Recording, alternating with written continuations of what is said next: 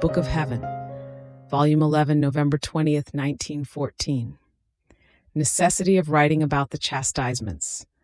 The divine will and love form the life and the passion of Jesus in the soul.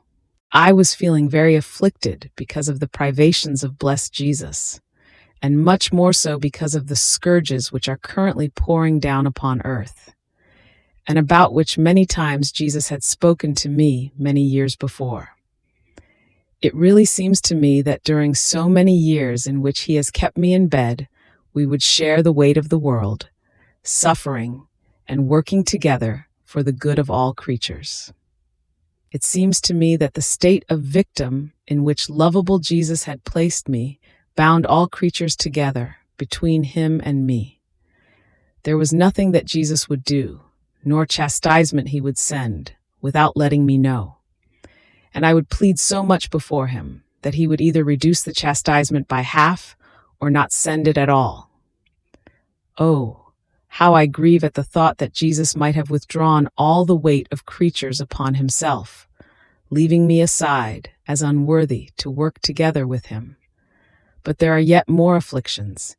In the darting little visits that Jesus makes, he keeps telling me that the wars and the scourges which are happening now are still nothing, while it seems that they are too much, that other nations will go to war, and not only this, but that in time they will wage wars against the church, attack sacred people, and kill them.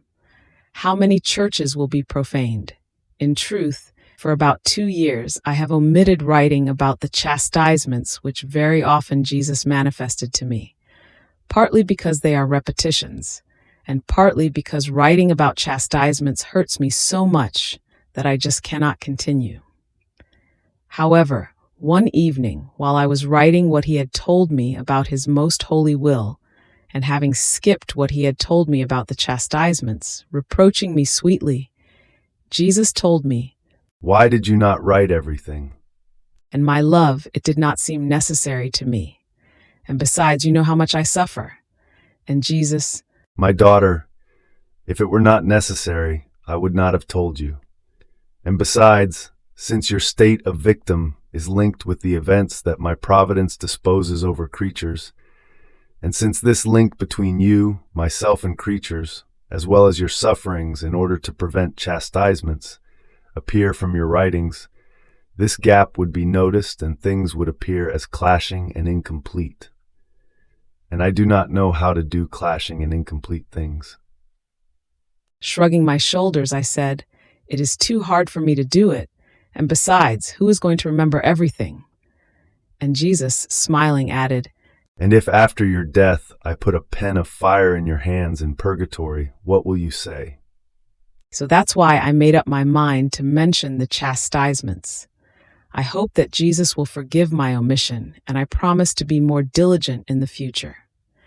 Now I go back to say that, as I was very afflicted on coming, Jesus took me in his arms to cheer me and told me, "My daughter, be cheered.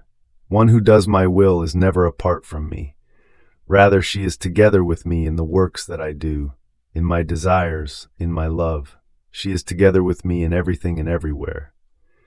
Even more, I can say that since I want everything for myself, affections, desires, etc. of all creatures, but I do not have them, I remain around the creatures with the attitude of making a conquest. Now as I find the satisfaction of my desires in one who does my will, my desire rests in her, my love takes rest in her love, and so with all the rest." Then he added, "I have given you 2 very great things which one can say formed my very life. My life was enclosed in these 2 points, divine will and love, and this will carried out my life in me and accomplished my passion. I want nothing else from you but that my will be your life, your rule, and that in not one thing, whether small or big, you escape from it. This will carry out my passion in you, and the closer you remain to my will, the more you will feel my passion within you. If you let my will flow as life within you, my will make my passion flow within you. So you will feel it flowing in each one of your thoughts, in your mouth. You will feel your tongue soaked in it, and your word will come out warm with my blood, and you will speak eloquently about my pains. Your heart will be filled with my pains, and in each of its outpourings, it will bring the mark of my passion to your whole being. And I will keep repeating to you always, here is my life, here is my life. I will delight in giving you surprises, narrating to you now one pain, now another, which you have not yet heard or understood. Aren't you happy?